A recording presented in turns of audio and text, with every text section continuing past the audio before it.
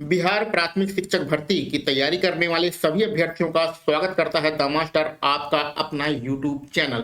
तो भैया BPSC PRT में बहुत सारे अभ्यर्थी ऐसे ऐसे प्रश्न पूछते रहते हैं जिसको पढ़कर ऐसा लगता है कि वह अपने पढ़ते समय बहुत सारी गलतियां कर रहे हैं। तो भैया ऐसी गलती मत करिए, नहीं तो सरकारी नौकरी आपके हाथ से निकल जाएगी। लेकिन उससे पहले एक महत्वपूर्ण सूचना है, चलिए उस पर हम लोग चर्चा कर लेते हैं। जैसा कि आपको पता है कि बीएड वालों को प्राथमिक शिक्षक भर्ती से बाहर कर दिया गया है। तो क्या अब जो आपका बीपीएससी पीआरटी का पेपर होने वाला है उससे भी बीएड वालों को बाहर कर दिया जाएगा? यह एक बहुत बड़ा प्रश्न है। तो भैया यह बिहार सरकार के ऊपर निर्भर है। यदि वह बिहार सरकार आपका एनसीईआरटी से जो है स्पेशल अनुमति लेकर आती है तो इस कंडीशन में बीपीएससी पीआरटी में इस साल के लिए, सिर्फ इस बार के लिए बीएड अभ्यर्थियों को शामिल किया जा सकता है। लेकिन जैसा कि आपको पता है कि बिहार में जो नीतीश कुमार की सरकार है उसका केंद्र सरकार से 36 का आंकड़ा चल रहा है।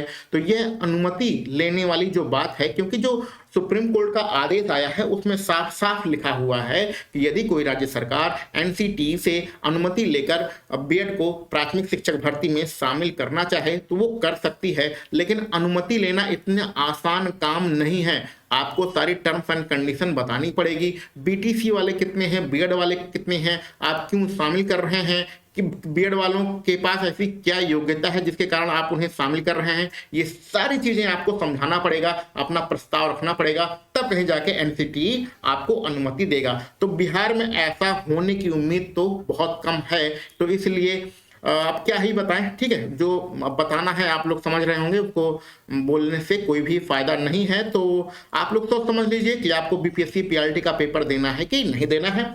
और मेरा ये अगर राय है कि आप लोगों ने इतना खर्चा किया है फॉर्म भरने में तो आपको पेपर देना ही चाहिए। आगे क्या होगा वो बिहार सरकार जाने, ठीक है। तो बिहार सरकार का अभी कोई स्टेटमेंट नहीं आया है, जैसे ही बिहार सरकार का कोई स्टेटमेंट आएगा तब ये बातें क्लियर हो पाएंगी कि क्या होगा और क्या नहीं होगा। तो उस पर अभी हम लोग चर्चा नहीं करेंगे।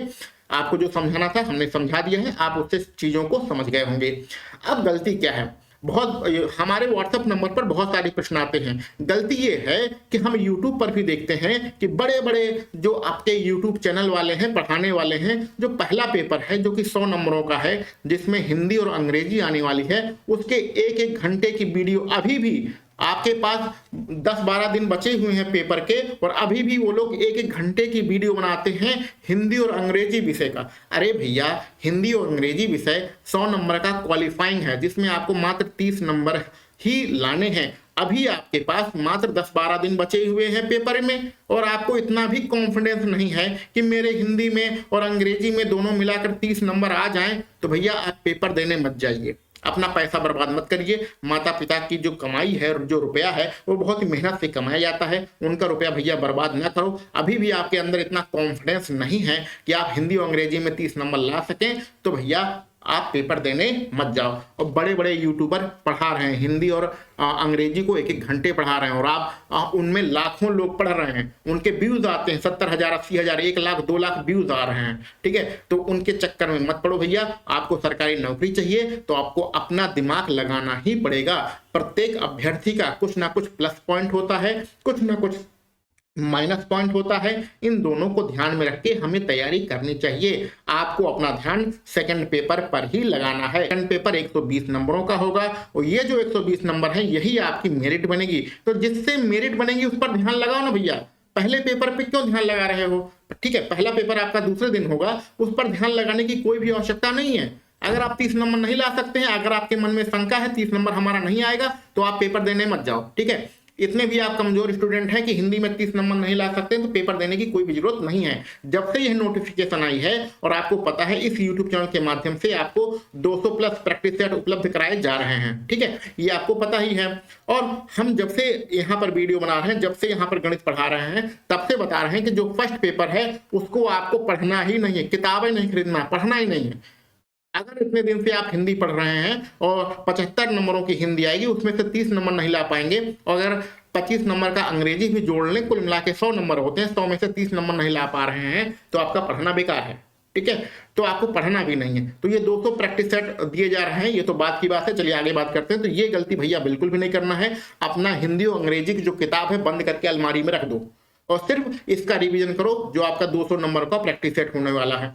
अब आपका सॉरी 200 नंबर नहीं, 120 नंबर, 120 नंबर का जो दूसरा पेपर होने वाला है, इस पर आप फोकस करो। अब आपके पास 10 दिन बचे हुए हैं, कुछ लंबा चौड़ा आप पढ़ नहीं सकते हैं। करंट अफेयर्स पढ़िए, बिहार स्पेशल पढ़िए, करंट अफेयर्स पढ़िए, जो फैक्ट हैं जीएस और जीके के उसको रट्टा मान लीजिए। गणित में क्या करिए, कम से कम 50 क्वेश्चन का या 100 क्वेश्चन का टारगेट बनाइए, रोज 50 या 100 क्वेश्चन गणित में लगाइए और 50 या 100 प्रश्न आप रीजनिंग के सॉल्व करिए। और जो आपके फैक्ट हैं जीएस जीके में उसको रट्टा मान लीजिए और अपना करंट अफेयर्स पढ़िए और क्या करिए, अपना जो आपका बिहार स्पेशल है उस पर थोड़ा सा ध्यान दे दीजिए। तो आपको सिर्फ और सिर्फ रिवीजन करना है 10-12 दिनों में। अगर आप रिवीजन कर लेते हैं और आपके 70 प्लस नंबर आ जाते हैं तो आपका सिलेक्शन आराम से हो जाएगा। ठीक है, देखो यहाँ पर अगर बीएड को शामिल किया जाता है, बीएड को शामिल कर लिया जाएगा तो आपकी जो मेरिट बनेगी वो 80 प्लस बनेगी। 80 के नीचे तो मेरिट जाएगी ही नहीं। ठीक है, अगर बीएड को शामिल कर लिया जाता है। अगर बीएड को शामिल नहीं किया जाता है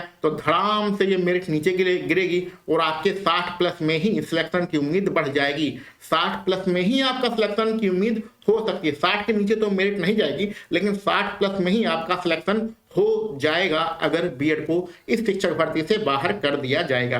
तो भैया समझ में आ गई बात, गलती मत करिएगा। आपको हिंदी और अंग्रेजी बिल्कुल भी नहीं पढ़ना है, सेकंड पेपर पर ध्यान देना है और अब आपको सिर्फ रिवीजन ही करना है। जो बड़े बड़े वीडियो आपको नहीं देखना है। आपके ऐसे YouTube चैनल आपको मिलेंगे, ऐसे YouTube चैनल मिलेंगे तो 10-10 घंटा पढ़ाएंगे। तो भैया 10 घंटा आप नहीं पढ़ना है, 10 घंटा पढ़ के क्या करोगे, आपको रिवीजन ही करना है। तो ऐसे YouTube चैनल को चक्कर में मत पढ़िए, वो सिर्फ अपने व्यूज बढ़ाने के लिए आपको इस तरह से भ्रमित करते हैं। भ्रम में मत पढ़िए, आपके पास जो ज्ञान है उसी को इम्प्रूव करिए और सेकंड पेपर की जबरदस्त तैयारी करिए। 80 प्लस नंबर लाने की कोशिश कीजिए, क्योंकि अगर बीएड को शामिल किया जाएगा तो आपकी जो मेरिट जाएगी 80 प्लस जाएगी, तो अगर बीएड को निकाल दिया जाएगा तो आपकी जो मेरिट होगी वो 60 प्लस जाने की उम्मीद रहेगी। तो इसी जानकारी के साथ हम लोग मिलते हैं अगले किसी वीडियो लेक्चर में। आपके क्या सुझाव हैं, क्या राय है और इस पर आपके क्या मत हैं, उन सारी चीजों को कमेंट बॉक्स में लिख सकते हैं। चलिए मिलते हैं अगले वीडियो लेक्चर में। आप सभी लोगों को वीडियो देखने के लिए बहुत बहुत धन्यवाद।